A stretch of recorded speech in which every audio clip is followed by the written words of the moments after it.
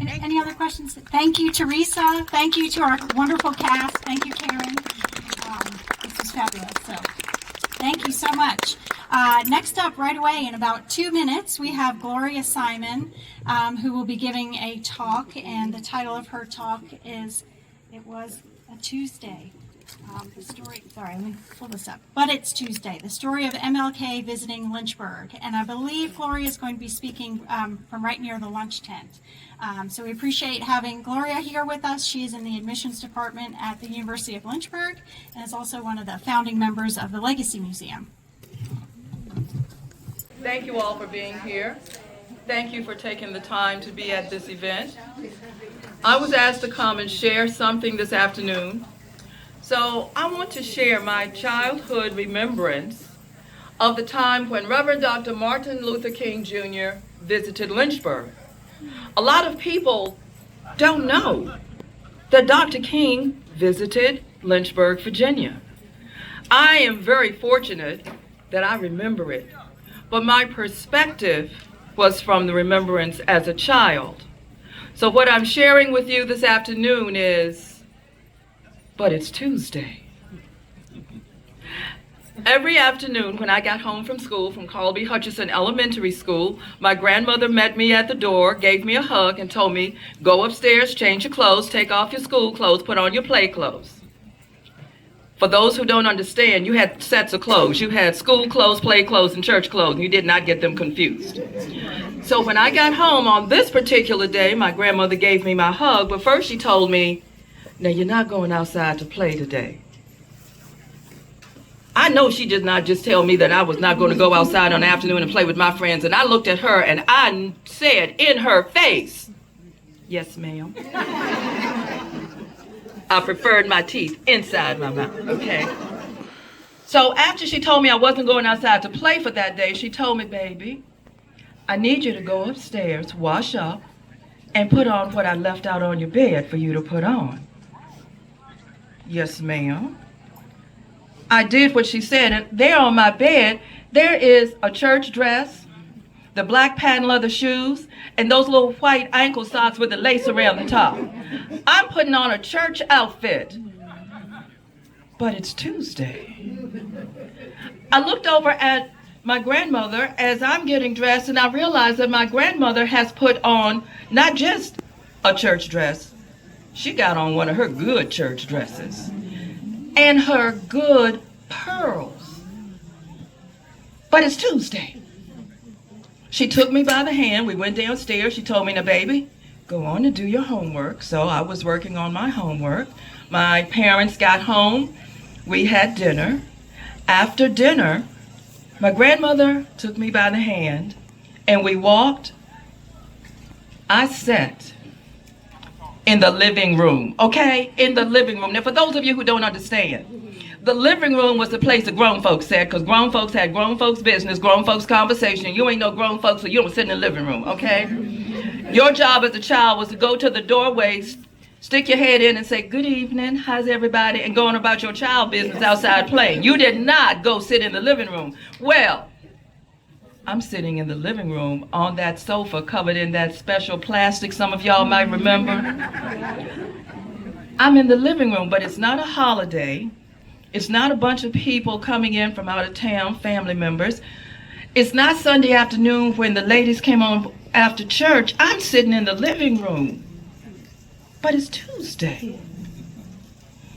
So we've had dinner now. I'm sitting in the living room with my grandmother. I've done my homework, and I notice my grandmother starts to get fidgety. She starts to get a little antsy.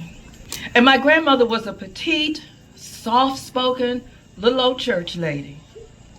And as my parents were in the kitchen sort of cleaning up, milling about and stuff, my grandmother cleared her throat and said,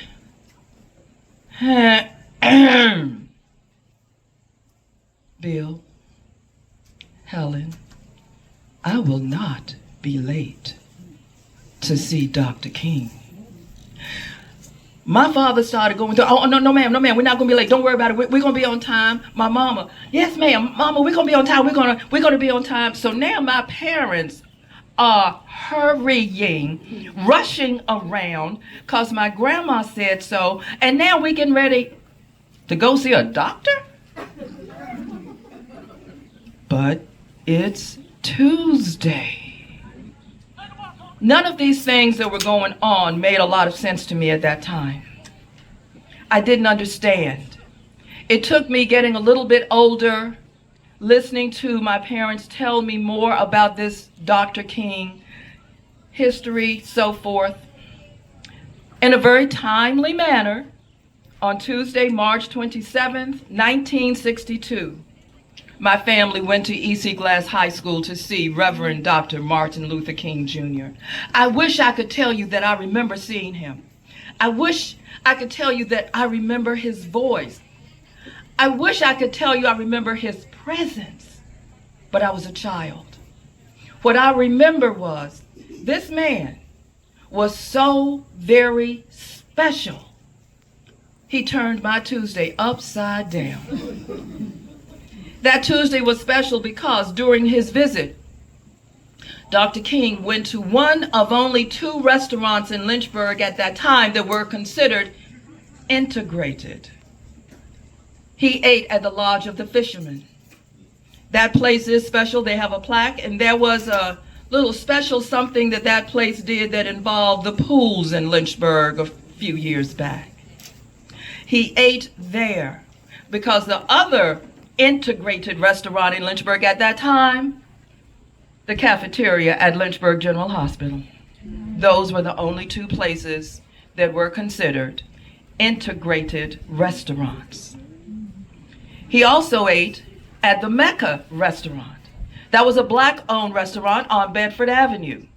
And that was special because it was listed in the Green Books. The Green Books were actually little books that were green that said where people who looked like me could safely visit while traveling through the Jim Crow South. Because there were places we couldn't, shouldn't, wouldn't go, not going to happen.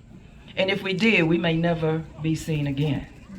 So the Green Book told us where we could eat, where we could stay, and how wonderful that there were places here in Lynchburg listed in the Green Books. Dr. King visited Diamond Hill Baptist Church, which was pastored by Reverend Virgil Woods at that time. They were friends. They were in the movement together. When he went to visit Diamond Hill Baptist Church, he didn't just stop at the church. He went around the neighborhood. He knocked on doors. Imagine that you're in your house getting ready to do whatever you're getting ready to do. You hear a knock on the door and you go open it, and there is Martin Luther King Jr. standing at your front door on your porch. He went around to tell people, I hope you are registered to vote. And if you're not, please register and please vote in every election. Thank you. He went to doors saying that. We live in a time now, how often do we hear, I ain't gonna bother to vote. Why I'm going to all that trouble? My vote doesn't matter. It's just one vote. They're gonna do what they want to do. People paid a price for the right to vote. He knocked on doors to tell people, go vote. He visited Ann Spencer's house over on Pierce Street. Ann Spencer was friends with his father. They sat, they talked about politics. They talked about civil rights. They talked about religion. They talked about their similarities and their differences. Did you hear me say they talked? They didn't cuss, they didn't fuss, they didn't fight. They talked about the things that they did not agree upon. How unique to have a conversation about your differences. Dr. King ended his day at the home of Dr. George F. Jackson, a black dentist, over on 5th Street. There was a gathering there, and that's also where he spent the night. But at that gathering, also there, was Reverend Dr. Owen Cardwell. Owen Cardwell and Linda Barksdale were the first 2 children of color to enter E.C. Glass High School. They met with Dr. King that evening. His time there in Lynchburg was very special. So why are we out here today? We're out here to honor the ancestors, and we honor them so that the work they did may not be in vain. Why are we here today? We are here because while there are some who talk about fixing our history, revising our history, fixing museums, retelling our stories, we are here so we may tell our history, so our stories are correctly shared and not changed. At his speech, and I had to do the research because as I said, I did not remember. I am so sorry. But at his speech, Dr. King said, "The time is always right to do right. We must use time creatively. Morality cannot be legislated, but behavior can be regulated. The law cannot make a man love me, but it can keep him from lynching me. Time is neutral. It can be used constructively or destructively. We must help time." In closing, I share with you that it doesn't have to be a special Tuesday. It doesn't have to be the Roots and Reconstruction Festival. Every day that we get another piece of time, and we have to honor our ancestors. We must help time by using time constructively to always do what is right so that those who made sacrifices did not do so in vain. Let us walk from here today to use our time constructively, to always honor those who gave more than we will ever know. Thank you so much for listening.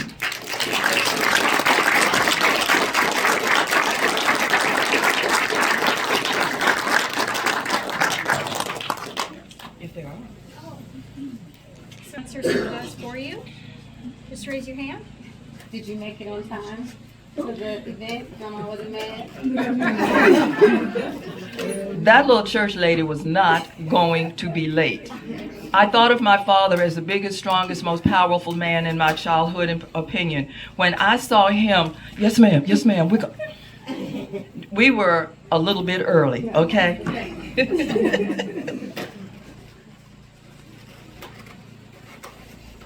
Anyone else? How many trips did Martin make to Lynchburg? I only know of that one. Now, he may have made others with Reverend Woods, but I'm only aware of that one because that's what I remember from the preparing to go hear him at E.C. Glass High School. Gloria, did he visit Court Street while he was here? I'm only aware of Diamond Hill, and the reason I'm aware of Diamond Hill, I was a member even as a child, and Reverend Wood talked about that, so I remember him at Diamond Hill from the conversation. I would guess he probably did, but I can't say emphatically, correctly, yes. I would feel that he would have. I think so too. I'll look for that and I'll revise this.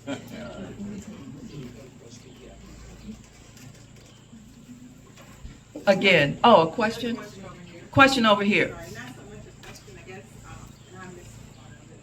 So I hope someone has, maybe I can look at the photographers. But I wanted to say, with all the cities in the U.S., you know, when we had, when they started naming the streets, Martin Luther King Jr. avenues and all, I said, this makes Lynchburg a little special. I just thought of it, just standing here, because he actually visited the street. Yes. And there's other streets named that, not necessarily he has been there. He touched the street where he's named. Yes.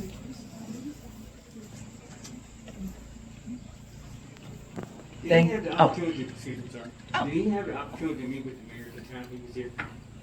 No idea. Don't know. You all are giving me homework to do, so this will be revised.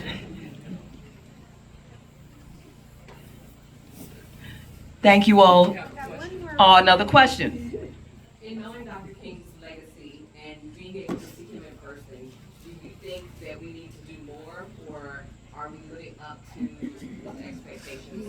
Let me speak for myself. I ain't doing enough. I'm nowhere near doing what I should be doing, and I continue to try to make a difference. I will always try to make a difference. And his legacy is part of the reason why I'm working still, even though when I got the current job working with students at looking to go to University of Lynchburg, a couple of young ladies told me, "You ain't getting another retirement party. You keep going back to work." But I feel like I need to be doing something to try to make a difference. I'm trying to use my time constructively. I can't speak for anyone but myself, and I don't feel that I'm doing as much constructively as I should be. But I'm trying. And I feel that as long as we are recognizing and we are trying, that's what we should be doing. I don't know if we ever feel like we are doing enough or we've done enough, but as long as we're trying, that's what I feel, I hope his legacy will mean. We keep on trying. I have a question. Yes. As a child, you're saying you don't have a whole lot of memories, but as a child, do you have any connection to that visceral experience, not being aware of the importance of it at the time, but still having a deep connection from that? I grew up during a very segregated period. During that time frame, there were things that were very important. And what I described was important in my culture, in my home, in my neighborhood. That's how we interacted as a family. How I felt was, this is something extremely special. And that man must be really special for all that's happening in the middle of the week. So I felt there's something special going on. I did not understand the depth of that specialness until I learned more and got older. But I still remember that feeling of all of those parts on that day of something being very special. The seeds were planted. They were. And thank you for sharing. Thank you for being here.